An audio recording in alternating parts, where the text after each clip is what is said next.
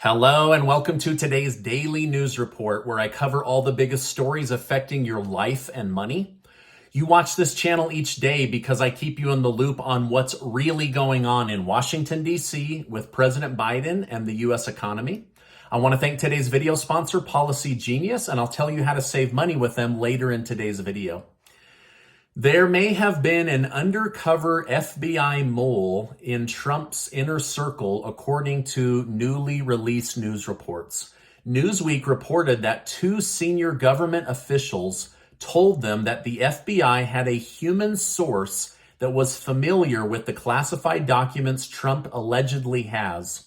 Rolling Stones reports that sources told them that Trump was paranoid leading up to the raid, stating that he was worried that his phone calls were being monitored. Their sources also stated that Trump and his allies are looking for the mole that could be lurking within the inner circle, the most trusted people in the Trump family.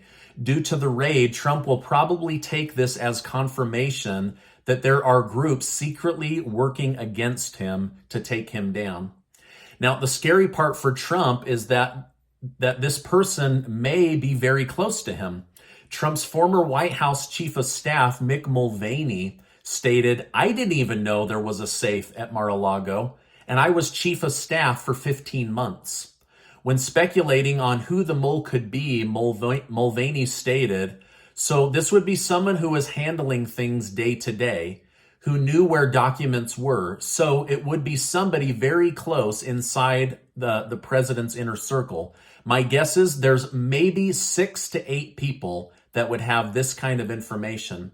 If the FBI really did place a mole inside Trump's inner circle, that's a scary thought." So more is coming out on this story, but let me know, what do you think?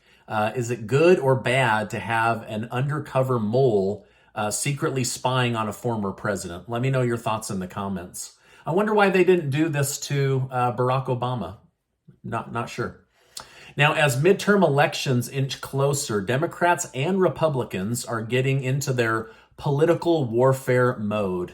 The White House released a memo today which stated that President Joe Biden and his allies will be traveling around the country to tout their progress and accomplishments for the American people. The memo stated the president and congressional Democrats beat the special interests and delivered what was best for the American people.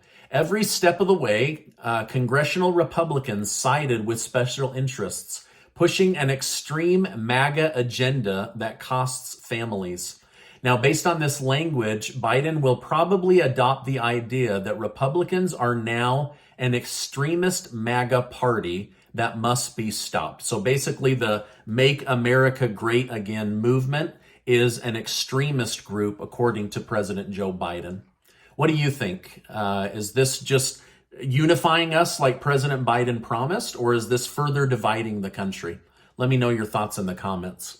Now, I have a lot more to share with you, including some chilling words from a top advisor at the World Economic Forum. But first, a quick word from today's video sponsor.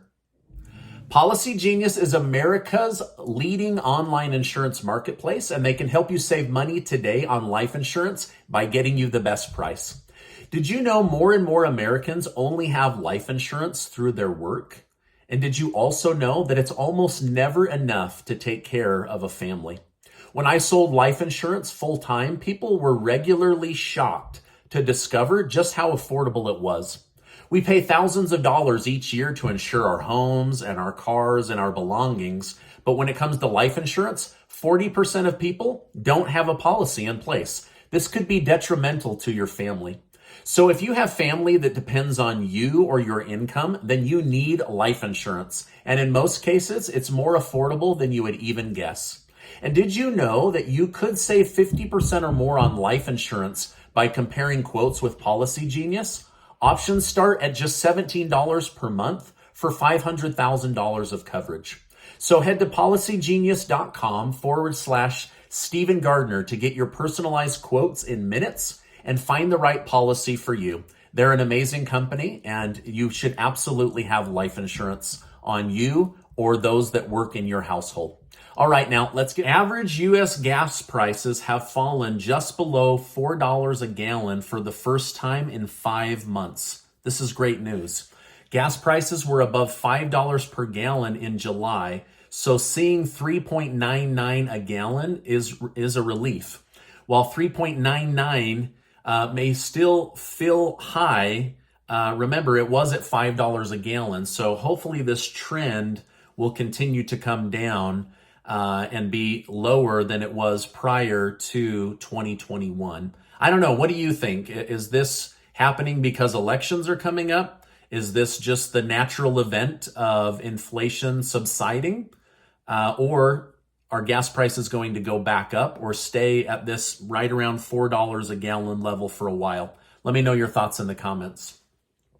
Former National Security Advisor John Bolton had a $300,000 bounty on his life imposed by a terrorist organization.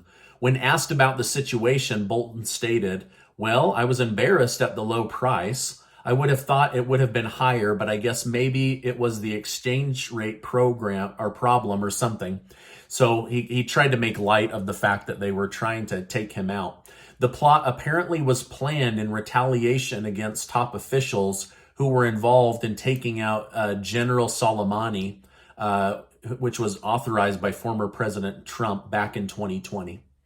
After the Inflation Reduction Act is set to be passed, Republicans are outraged regarding the 87,000 new IRS agents that are planned to be added to the IRS force.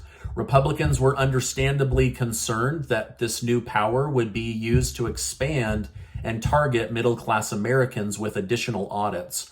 But Democrats quickly shot down this worry, stating that they won't target middle-class American families any more than they already do.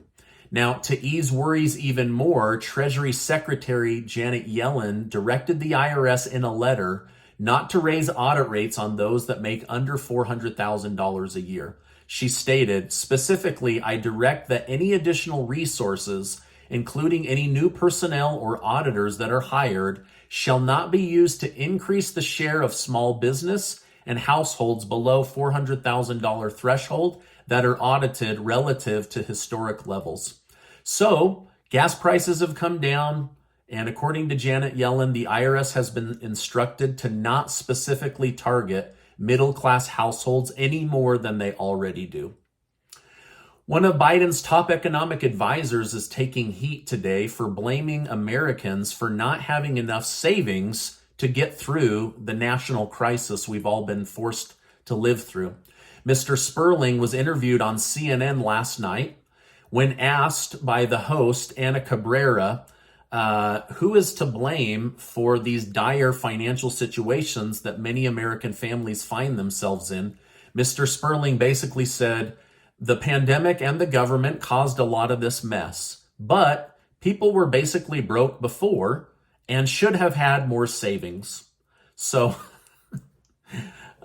I mean, this is just great financial advice. Well, you'd be less broke if you had more money, like Godoy. Well, you'd have less money problems if you just had more money, right? Like, we don't have a magic printing machine. We're not the Federal Reserve. You can literally print trillions of dollars and we can't. And we're to blame for not having enough money to get through this crisis. Oh my gosh. Whew, sorry, I got fired up. Like, what a ding dong. All right. Now, this is the scary thing. The WEF, or the World Economic Forum, just released new plans via one of their top advisors, Yuval Harari. Now, the World Economic Forum is a group of unelected millionaires and billionaires that have secret meetings in Switzerland to plan the fate of humanity by influencing and manipulating world government leaders. I mean, this is what they say, right? Like, I'm not making this up.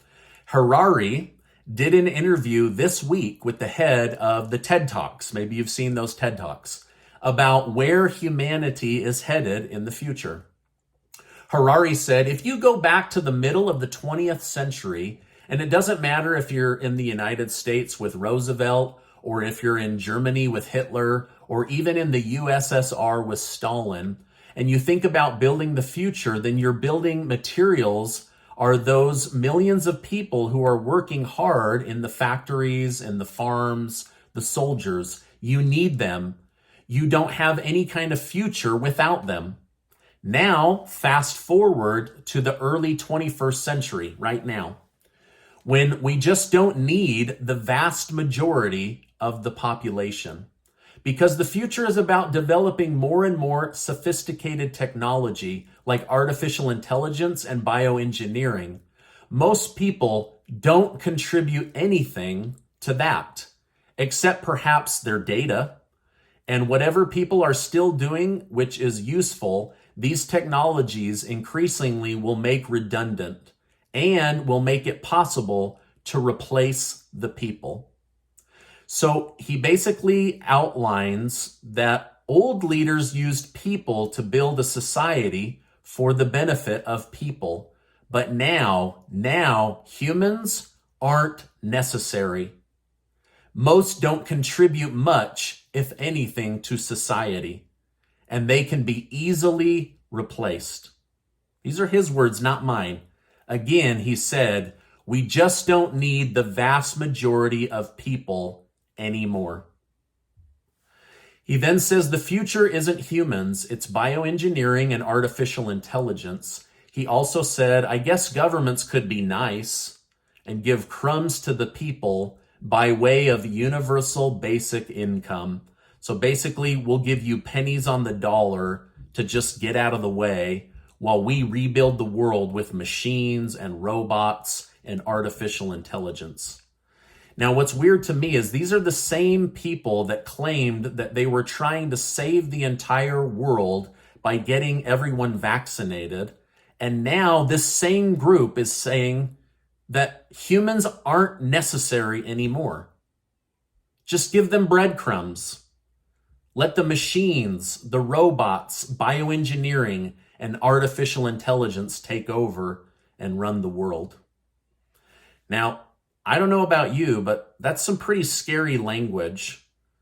This elite group that tells you, no, there isn't an elite group trying to control the world, whispering in the ears of government leaders, is the group whispering in the ears of leaders in Germany, Canada, most of Europe, and even the United States.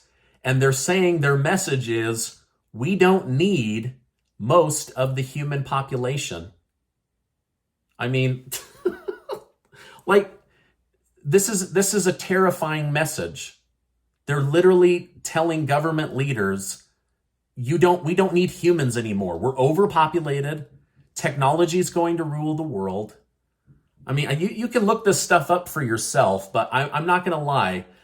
This sent a chill down my spine when I read this morning in the news. I mean, it's crazy. Every day I read the craziest things to bring to your attention. So I don't share any of this to scare you.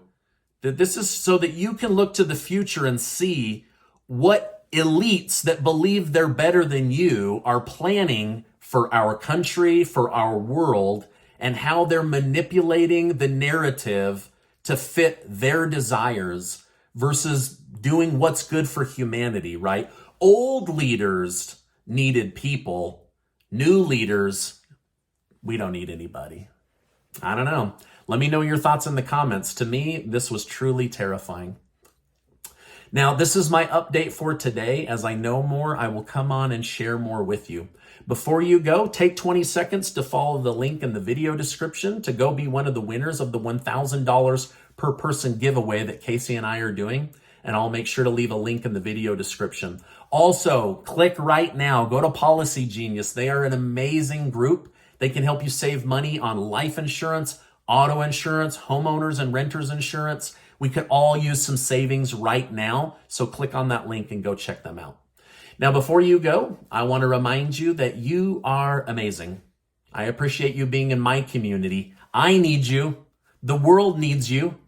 Each of us need all of us, and all of us need each of us. Each of you watching has a unique gift that the world needs, and I want you to know that I value you. Hey, I appreciate you, and I will see you on the next video.